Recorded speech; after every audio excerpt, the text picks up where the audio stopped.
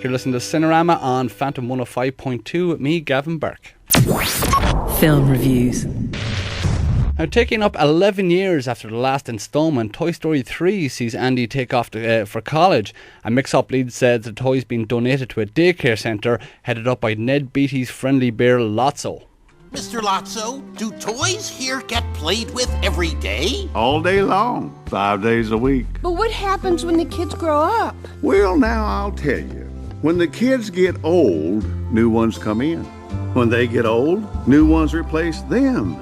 You'll never be outgrown or neglected, never abandoned or forgotten. No owners means no heartbreak. It's a miracle. And you wanted us to stay at Andy's. Because we're Andy's toys. But what first seems like heaven soon turned into hell, and it's up to Woody to break Buzz and the boys out of prison. And with me to review the movie is Ross McDonald from rossvross.com. Toy Story, it's really this generation's Snow White. It's just a classic, the whole trilogy. Oh yeah, no question about it. I have to say now, when I was going to see this film, I was always going to judge it very harshly because the first and second ones are just so good, and you know there's such a high standard. But you know, I've seen someone say during the week it's one of the best trilogies of all time, and I can't really argue. I would say that because with sustained quality, you know, I mean, we're going to get into why Toy Story 3 isn't as good as the first two in a moment, but it's just a notch below. I mean, for sustained quality, I'd say The Bourne is a great trilogy, but there's nothing else that comes near. Yeah, really. I mean, I was worried. I remember like Shrek 1 and 2 I had equal love for, and then the third one came out, and I'm not exaggerating here, it's literally one of my least favourite films of all time, Shrek 3, great. And I really worried that Toy Story 3 would be the same, but I suppose with an 11-year gap between 2 and 3, that's hint enough that it's not just a shameless cash in. What got me, there's an action sequence in this movie that pulled off what live action movies rarely do, and that's genuine peril for the characters. There was a moment when I thought they're not going to kill these characters, and for a second I thought they were. There's just a moment there, and to do that in an animation movie is just ballsy completely. I brought my little nephew Ronan, and he actually stood up for the film. He was on the back of the seat in front of him, glued to it, and I was a bit worried for it. I was looking around, I'm like, well, I was starting to well up at the end of the film. Like I was in that, you know, I was that worried, and I was like only imagining what the kids thought. It's actually it is borderline dark. It is darker. It's more of a somber tone than the others, and with that, it's not as funny. It has to be said. No, that is one of the down points. It's not.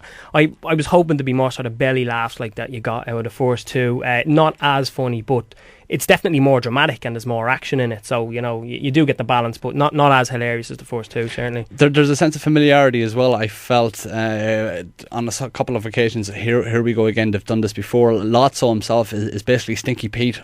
Indeed. He's the same character from 2. And Jesse and Bullseye as well. They've nothing to do because their story peaked in 2. They're just hanging around doing nothing. And then you see a bit of repetition. The way they brought Mrs. Potato Head into the second one, which was great. They did kind of the same with Rex. They brought a female dinosaur in here. It seems to be the same thing over and over again. Right. And it's another problem with the film is they've just crammed in too many characters, I think, you know, and there's not enough time to expand on them all.